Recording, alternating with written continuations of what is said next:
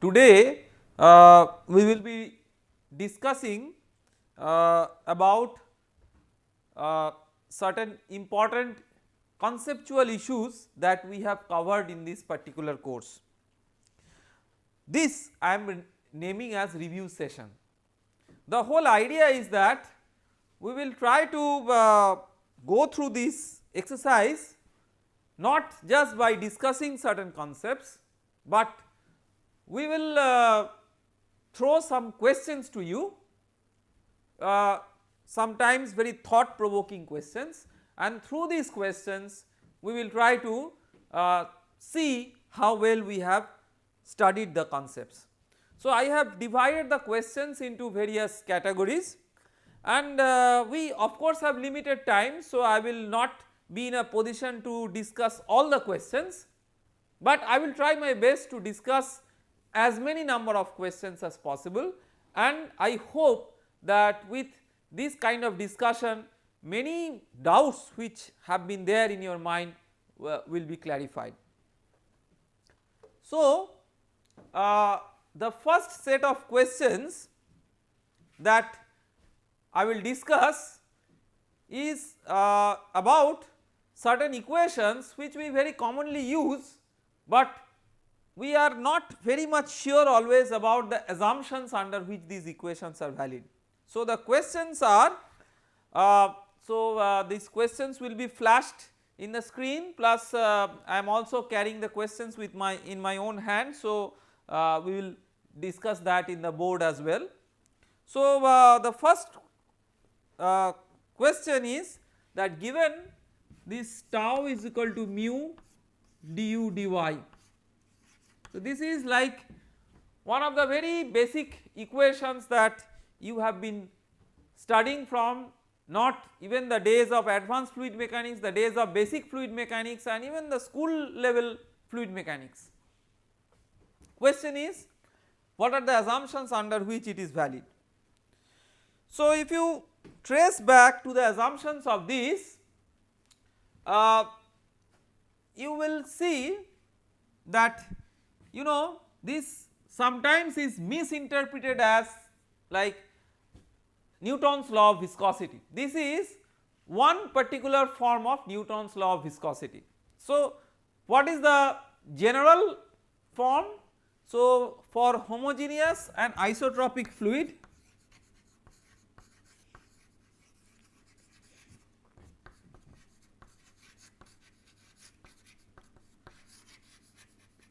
you have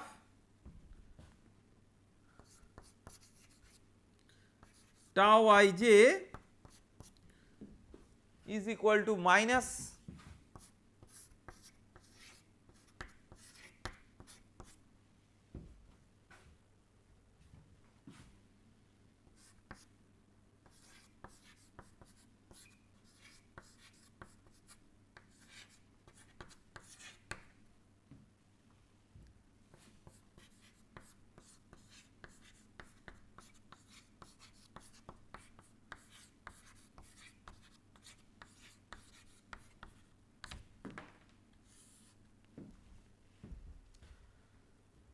So, when we have this equation, we have to understand that this equation is a special form of this. To understand the special form, the first point is you can clearly see that these two terms are not here in this equation. That means we are talking about a case when this delta ij is 0, that is j is not equal to I, that means we are talking about shear stress. So, this is shear stress, not normal stress. Then out of these two terms only the cross gradient is there.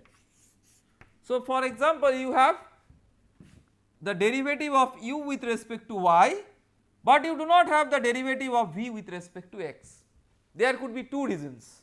One is there is no v at all, or there is v but v is not varying with x. So, typical example is unidirectional flow where you have only u and no v. So, no question of v varying with x. The classical example is, so you have a plate, you assume that there is an unidirectional flow, but to satisfy the continuity, even if you have a primarily unidirectional flow over a plate, you will have some v, but at the wall v is equal to 0 and therefore v is not varying with x. So, the correct way of looking into this could be two possibilities. One is v itself equal to 0, that is perfectly unidirectional flow, or you are evaluating at the wall where the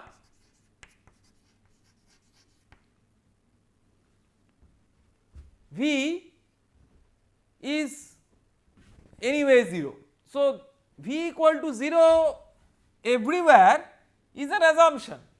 I mean, it may be there, may not be there, but at the wall if there are no holes, it is guaranteed that v will be 0.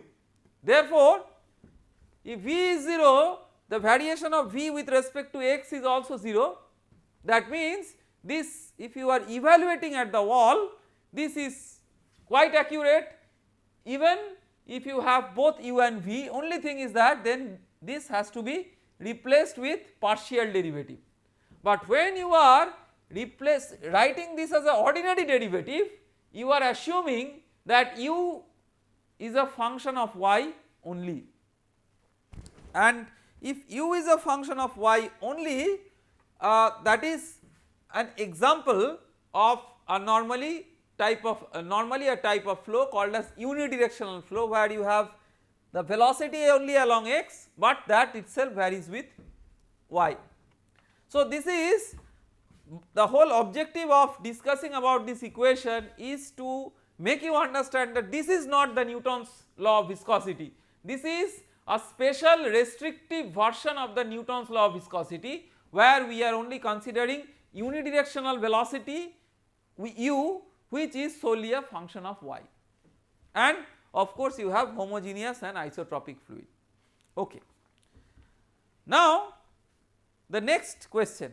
So, if you look into the screen, and or I will write it also for you, the second question is, like you can clearly see the assumptions that we are asked to write for is are the assumptions for the Bernoulli's equation. So, P1 by rho g plus V1 square by 2g plus Z1 is equal to P2 by rho g plus V2 square by 2g plus Z2. Okay. So, what are the assumptions where this can be applied between any two points in the flow field? So, to understand that, what we will do is we will write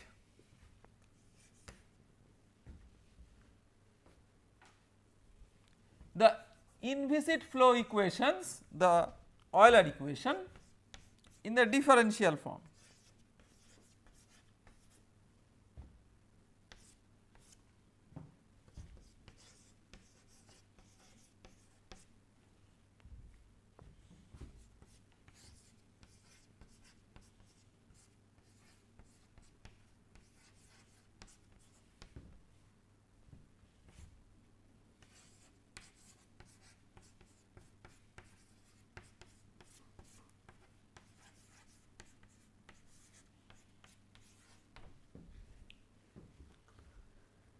So, this equation I am not getting into the derivation because we have already derived this in our lectures. So, question is, from this equation how can we arrive at the Bernoulli's equation, which we can write between any two points, that special version of the Bernoulli's equation, not the general version of the Bernoulli's equation.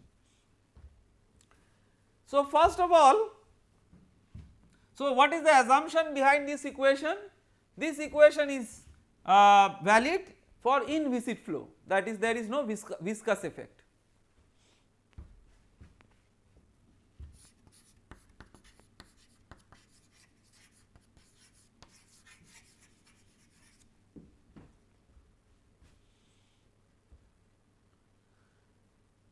So, if you have inviscid flow, you can write this equation in a differential form valid between any 2 points connected by a line element dl in the flow field. Then the Bernoulli's equation in the form which is given in the question, that does not contain this term. So, if you make this 0, then that will be steady flow.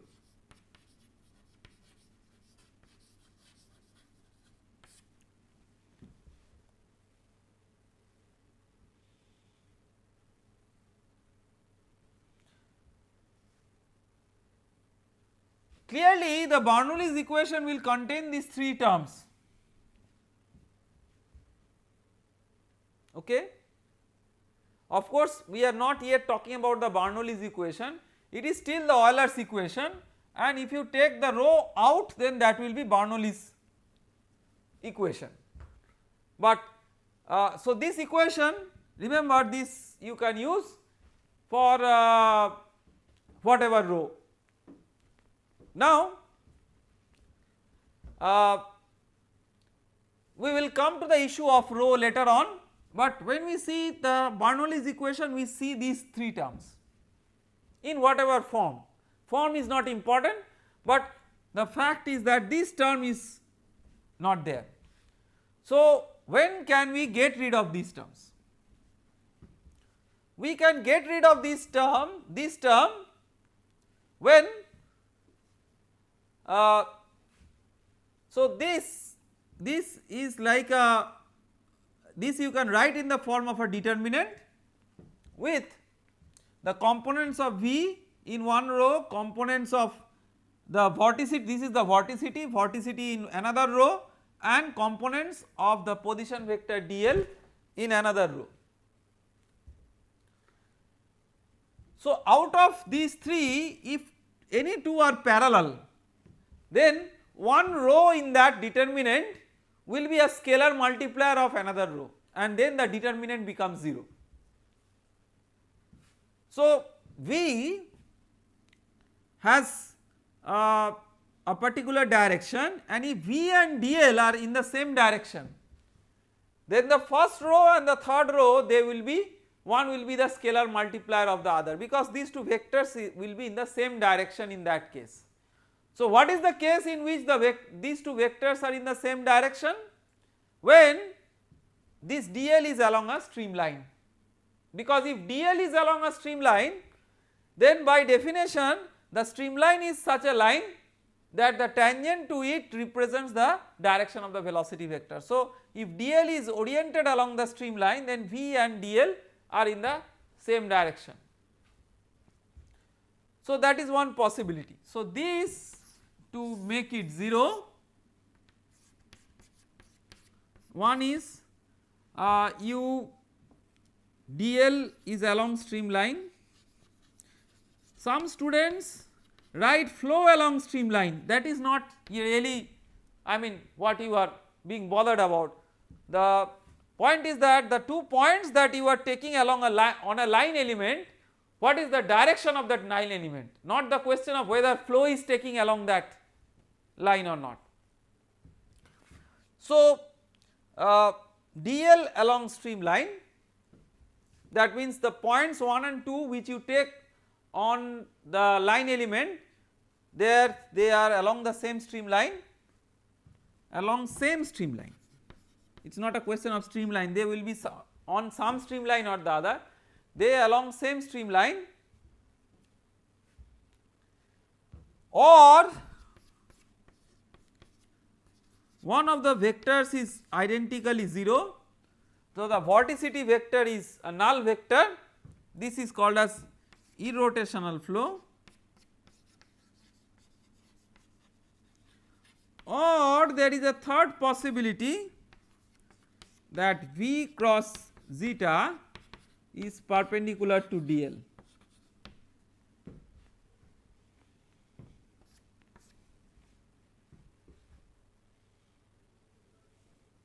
Okay. So, if that is the case, if this vector is perpendicular to this vector, then their dot product is 0. So, in that case, either of these three cases, this term will be 0. So, this is a bit restrictive, because then if you integrate this equation, the points 1 and 2 should be located on the same streamline, because it is based on this restriction.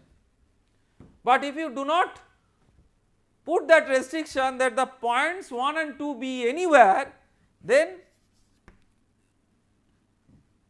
of course either of these two may be valid, but again this is also very restrictive, because you have to choose points 1 and 2 in such a direction that that direction will be perpendicular to V cross the vorticity vector.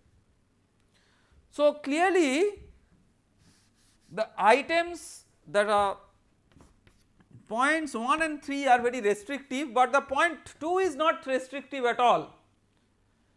The point 2 is not restrictive in a sense that it is not restrictive about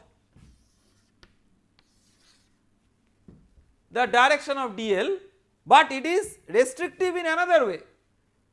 What it is restrictive in another way in a sense that it must assure that the flow is irrotational.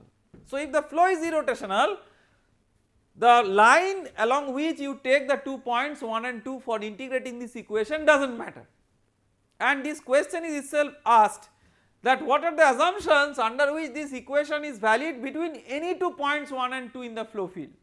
So, between any 2 points, if you want to make it work, then it has to be this one, because otherwise the points 1 and 2 have to be located in certain specific directions.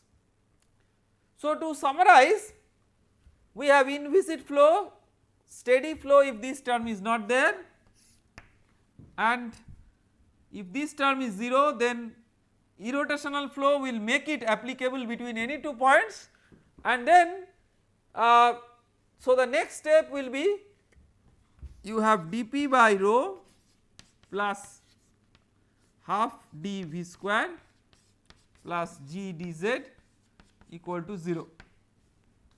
So, already what are the assumptions that we have taken? Inviscid flow, steady flow and irrotational flow.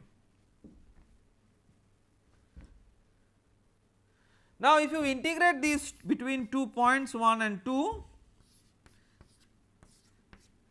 clearly the integration will not be of any challenge for these two terms. Of course, if you know G is varying with Z, then this is also little bit involved, but normally in the engineering length scale we are not having G varying over the domain that we are considering.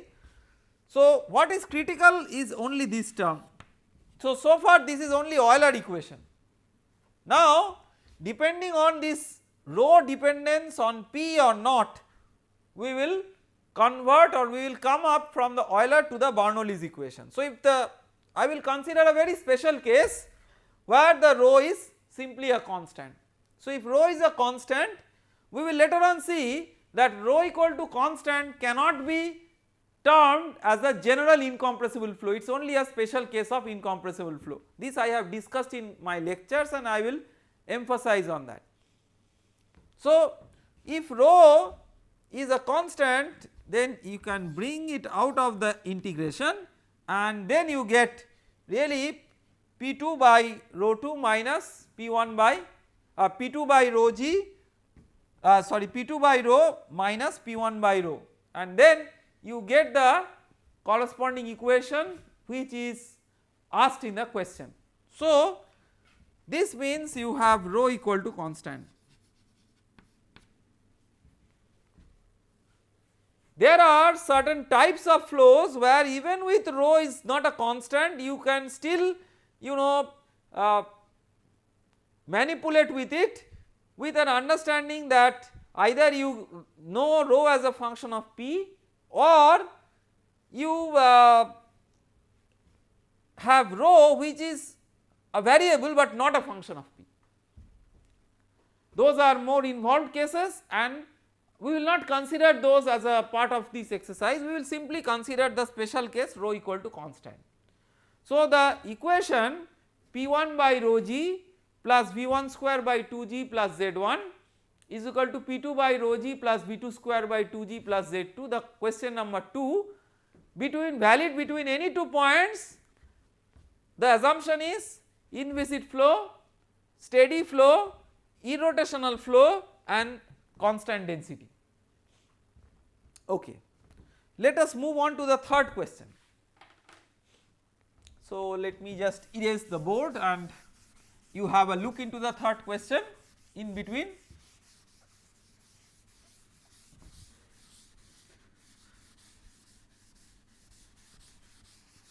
The third question says that you have the equation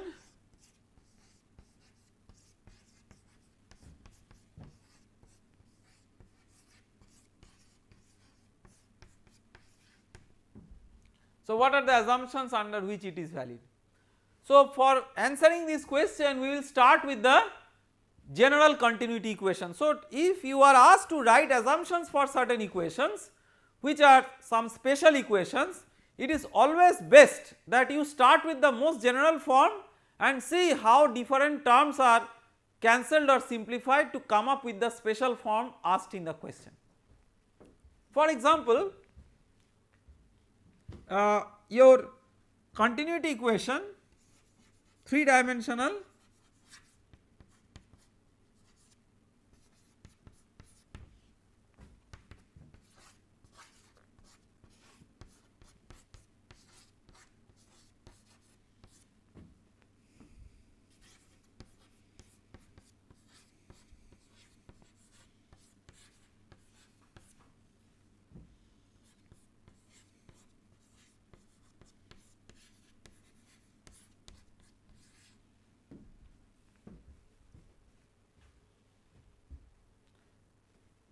So, now first of all you can see that this term is not there. So, if this term is not there,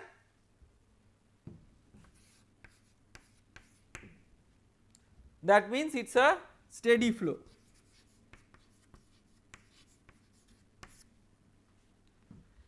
Out of the 3 terms this is not there. So, that means it is the answer is very simple, it is steady and 2 dimensional flow. So, you have only the 2 components of velocity important but not the third component. Let us move on to the next question. So, the next question is question number 4. The question is that you have divergence of the velocity vector equal to 0. What are the assumptions behind that?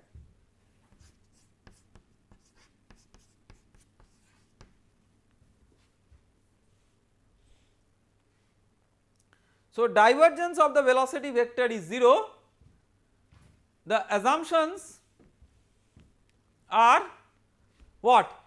How do you derive this? I am not getting into the derivation, this is a review session. So, I will just summarily discuss the concepts, not going through the derivations in details. So, this was derived with just a single assumption that there is no change in volume of a fluid element. Okay.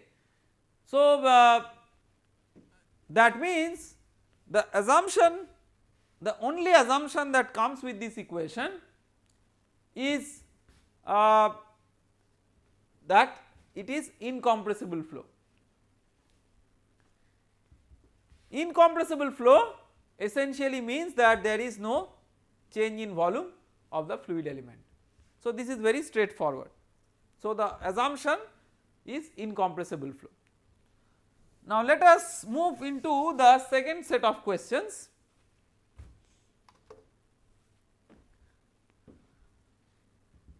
State whether the following are true or false.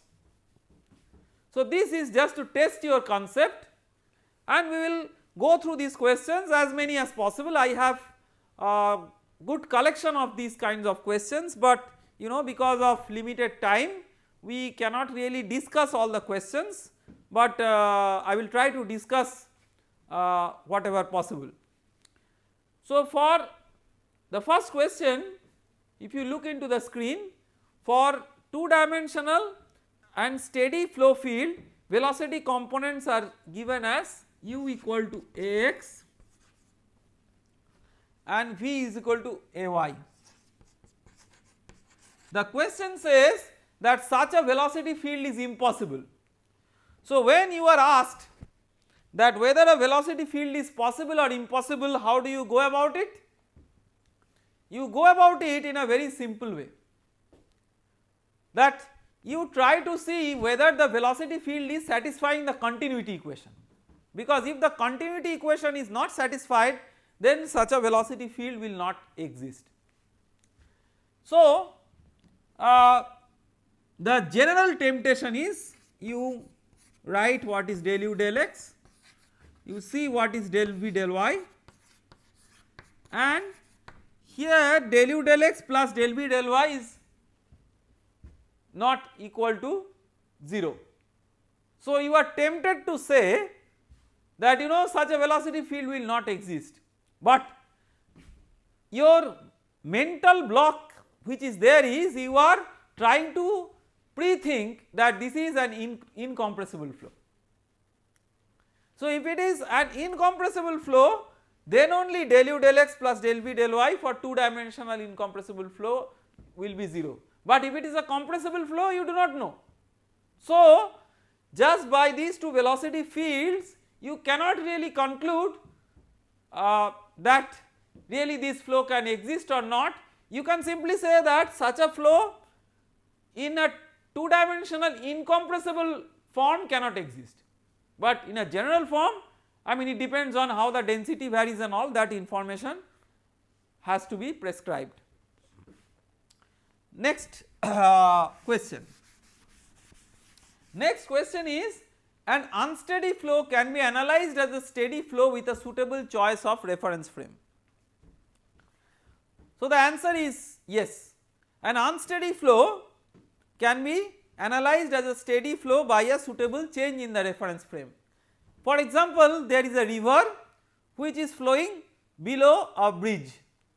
So somebody who is standing on the bridge will see the river flow, I mean see a boat flowing, boat moving on the river creating an unsteady flow. How? Even if the boat is moving at a constant velocity relative to the water, when the boat comes below the bridge there is a disturbance in the water. After the boat goes away, the disturbance again gets dissipated. So the velocity which the observer sees by standing on the bridge, because of the boat movement, it is changing with time. But if the observer is sitting on the boat itself and the boat is moving at a constant velocity relative to water, with respect to the observer on the boat, the flow of the same river water appears to be steady. So changing the reference frame from the fixed bridge to the moving boat which is moving with a constant velocity transforms the flow from apparently unsteady to apparently steady, and this type of transformation is called as Galilean transformation. The third question, a uniform flow can be unsteady. A uniform flow can be unsteady. This is let us see. So this question tests whether you understand correctly the meaning of uniform and steady. So uniform flow means what? That the flow is same everywhere, the velocity is same everywhere. Now steady or unsteady means that velocity at a given point changes with time, velocity or density or any fluid property, in this example velocity. So, in the next instant let us say the velocity is this red marked thing. So, what we can conclude from here is that as it is changing with time, in this example the flow is changing from one steady state, one uniform state to another uniform state, but at a given location it is changing with time. So, this is an example of uniform but unsteady flow. Next question, streamlines are defined for only for 2-dimensional incompressible flow. So, streamlines are defined only for 2-dimensional incompressible flows. This of course it is based on the definition of the streamline that we use through the continuity equation for 2-dimensional incompressible flow. So, if you see the genesis of defining the streamline stream function,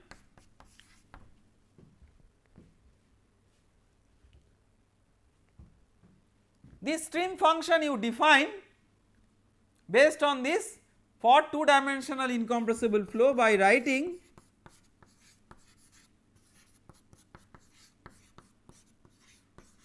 so that this equation is trivially satisfied, but there is a catch in the question. This is stream function, not streamline. The question that asks is streamlines are defined only for 2-dimensional incompressible flow. The answer is not. Stream function in this way is defined for 2-dimensional incompressible flow, and the name stream function comes from the fact that it is a constant along a streamline, but streamlines are much more general concepts and streamlines can be defined for any type of flow, no matter whether it is 2D, 3D, compressible, incompressible. The whole idea is streamlines are imaginary lines, so that tangent to the streamline represents the direction of the velocity vector at that point. So, the answer to the question is this answer is not correct. Streamlines are defined for any general type of flow. This is only the definition of stream function, not streamline. We will take up another question before we wind up this particular lecture. So, the next question is an unsteady flow can be non-accelerating. So, normally when we say acceleration, if things are changing with time, we believe it must, if the velocity is changing with time, we believe that the flow must be accelerating. But we have to understand that in fluid mechanics the description of flow is normally based on Eulerian perspective. That is, you are there at a given location and you are seeing that how the velocity is changing with time and position at that location. So, in that way you write the expression for acceleration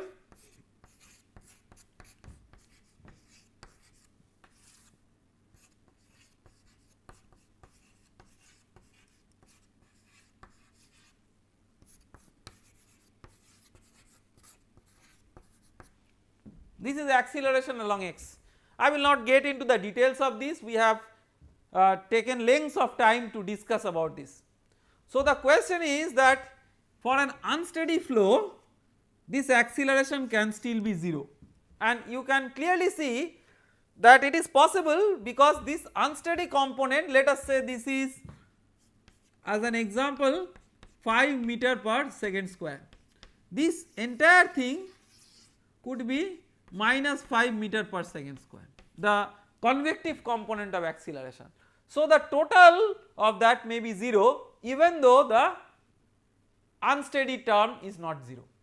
The reason is that in that case the unsteady component, that is the change of velocity at a given location due to change in time, is that effect is getting nullified by the advection of the fluid particle from one location to the other, where because of change in location it finds out a different change in velocity which exactly counterweighs the unsteady component. Okay. So, the answer to this is therefore the unsteady flow can be non-accelerating. So, we will continue with this kind of discussion in the next lecture. For the time being, thank you very much.